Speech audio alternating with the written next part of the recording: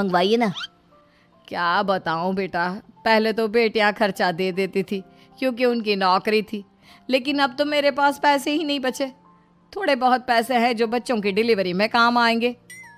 लेकिन मम्मी जी, आपकी बेटियों को वापस आने में तो अभी बहुत वक्त बाकी है। वही सोच सोच कर परेशान हो रही हूँ। सोच रही हूँ कल से दूध भी बंद करवा देती हूँ। अब दूध वाले को देने के लिए पैसे भी तो नहीं है ना। अरे नहीं नहीं मम्मी जी, अगर दूध भी बंद करवा दोगी तो मुझे चाय कहाँ से मिलेगी?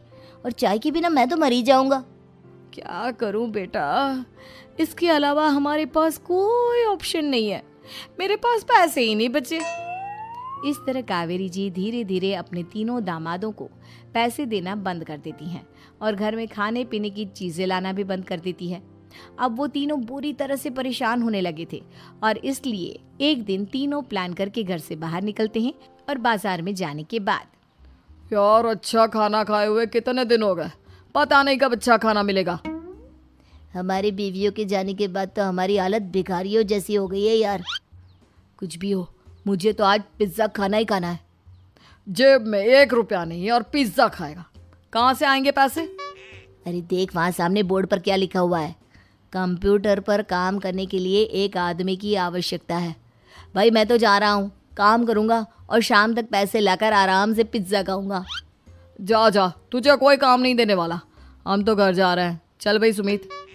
सुमित और अविनाश वहाँ से चले जाते हैं और विवेक उस कंप्यूटर शॉप पर सारा दिन काम करके 5,000 रुपये कमा कर घर लौट कर आता है और अपने खाने के लिए अच्छी अच्छी चीज़ें भी लेकर आता है। ये देखकर विवेक और सुमित के दिल में भी कुछ पैसे कमाने की इच्छा जागती है।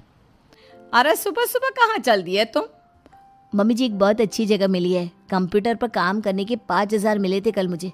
अगर रोज़ काम करूँगा तो पूरे 40,000 की तनख्वाह।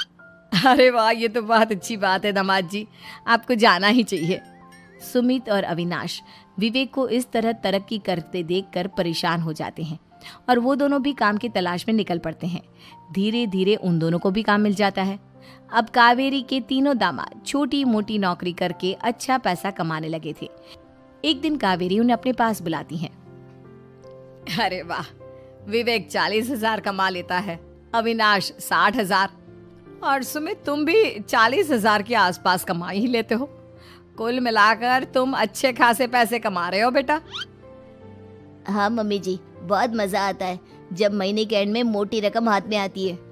पूछिए मत मम्मी जी, घर में रहकर रोटी बना बना कर और तो जैसा महसूस होने लगा था मुझे तो। हाँ बेटा, तुम तीनों की बात तो बिल्कुल ठीक है। और जानते हो, अब तुम तीनों की पत्नियां भी वापस लौट कर आने वाली है। लेकिन मम्मी जी अभी तो उन्हें गए सिर्फ 2 महीने हुए हैं, आपने तो कहा था वो 4 महीने के बाद लौट कर आएंगी। ऐसा कुछ नहीं है बेटा, मैं सिर्फ तुम तीनों को सबक सिखाना चाहती थी कि आदमी घर में बैठकर बीवी की कमाई खाता हुआ अच्छा नहीं लगता। इस दुनिया में हर इंसान को मेहनत करनी चाहिए, काम करना चाहिए, चाहे वो औरत हो या आदमी, ताकि अपने परिवार को संभाल सके। कावेरी की बात सुनकर उन तीनों को अपनी गलती का एहसास होता है और कावेरी उन्हें सच बता देती है कि ईशा, सुहाना और मोहिनी शहर में ही कहीं दूसरी जगह रह रहे थे। शाम के वक्त उन तीनों की पत्नियां लौट कर आ जाती है और कावेरी जी का परिवार एक खुशहाल परिवार की तरह